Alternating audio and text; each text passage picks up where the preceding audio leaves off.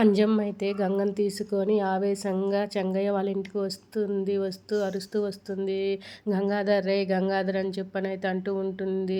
ఏం మాట్లాడుతున్నారు, ఎందుకు అరుస్తున్నారు మీరు, మీరు బయటికి వెళ్ళండి అని చెప్పనైతే చెంగయ్య అంజమ్మని గంగతో అంటూ ఉంటారు. అప్పుడు ఎక్కువ మాట్లాడావంటే నిన్ను చంపేస్తానని అయితే చెంగయ్యని అంటూ ఉంటుంది. అప్పుడే ఇంట్లో నుంచి బయటికి వచ్చిన గంగాధర్ ఏ మనిషివిరా నువ్వు, తాగిన మత్తులో నువ్వు నా కూతుర్ని తల్లిని చేసి ఇప్పుడు విడాకులు తీసుకుంటున్నావా అని చెప్పనైతే అంటూ ఉంటుంది.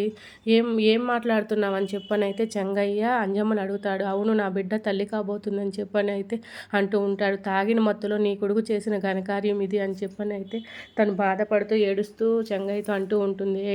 రే సిరి పెళ్లిలో ఏం జరిగింది, నువ్వు తాగావా అని చెప్పనైతే గంగాధర్ని చెంగయ్య అడుగుతాడు. అవును నాన్న, నేనైతే ఆ రోజు తాగాను అని చెప్పనైతే అంటూ ఉంటాడు.